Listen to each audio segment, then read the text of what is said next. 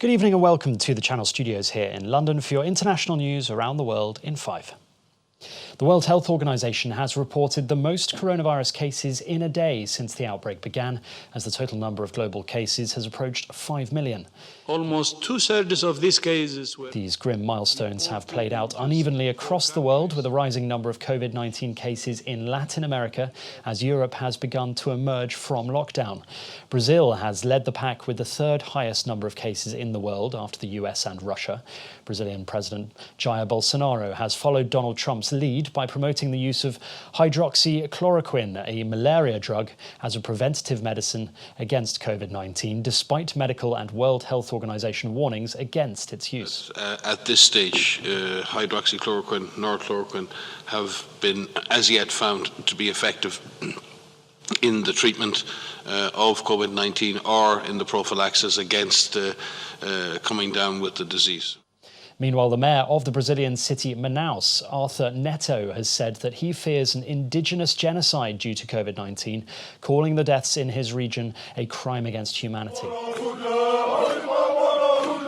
Neto has demanded leadership from the federal government and President Bolsonaro in protecting indigenous lives from the virus. The virus has killed 103 indigenous people in Brazil so far and infected 610 indigenous people from 44 ethnic groups. That's according to data by the Articulation of Indigenous Peoples of Brazil. The United Nations has warned that refugee camps in Yemen are a ticking time bomb as coronavirus spreads in the country. Yemen has announced 72 confirmed cases of COVID-19 and 13 deaths so far, but health experts believe the real number is far higher given the lack of testing capabilities in the country. 400 out of every 1,700 refugee camps in Yemen have been identified as high-risk areas for the spread of the virus. China's annual high-level political meetings have opened with a minute's silence for the victims of the coronavirus pandemic that has claimed over 4,600 Chinese lives. The conference was delayed by 2 months because of the coronavirus outbreak and began its first session a day before the country's most important legislative congress. Issues expected to be high on this year's agenda include epidemic prevention and control, poverty alleviation, Hong Kong policy and job creation.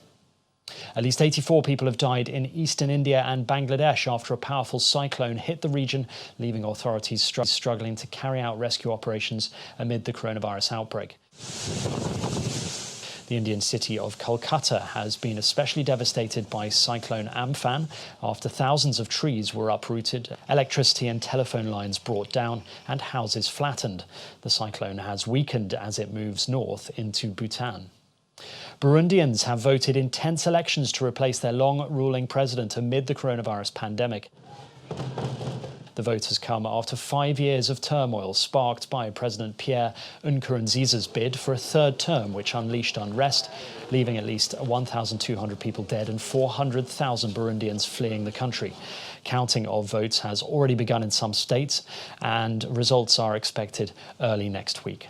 Meanwhile, Felicien Kabuga, indicted on charges of genocide related to the 1994 Rwandan massacre of around 800,000 people, has appeared before a French court following his arrest after 25 years on the run. Kabuga has been accused of bankrolling and arming the ethnic Hutu militias that waged the 100-day killing spree against Rwanda's Tutsis and moderate Hutus.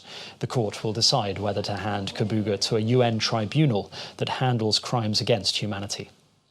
Banging pots and pans, protesters have gathered in Spain's capital Madrid to call for the government's resignation over the handling of the coronavirus crisis.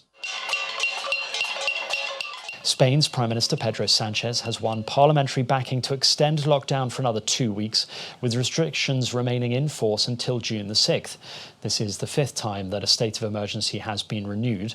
The protests against this extension were backed by right-wing political parties.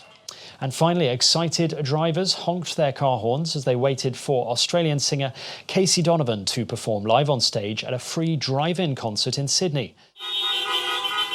To ensure physical distancing, audience members were unable to leave their cars, but drivers could tune in to the concert on their radios to get full definition sound. we're here because we love Casey Donovan and we just love the idea of this drive-in entertainment. This is just such a unique experience. And that's your international news around the world in 5. Now back to the Channel studios in Lagos.